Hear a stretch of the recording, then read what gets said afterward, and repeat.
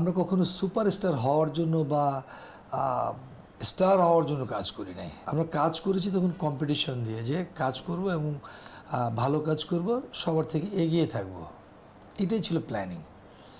কিন্তু এখন হলো কি প্ল্যানিং হলো কি স্টার হতে হবে।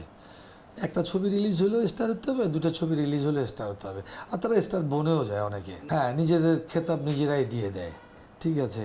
নায়ক না হয়েও নায়কের খেতাব দিয়ে দেয়, এরকম বহু আছে। আমি দিয়ে গেছি যে কী হয়েছে, ছবি করেছে একটা দুটো তিনটে, আর তারা সুপারস্টার। তাদের সংখ্যার মানে ছবির কাতারেই নাই, বা ছবি চলেও নাই, মানুষ চিনে না গ্রাম বাংলার মানুষ, ঠিক আছে।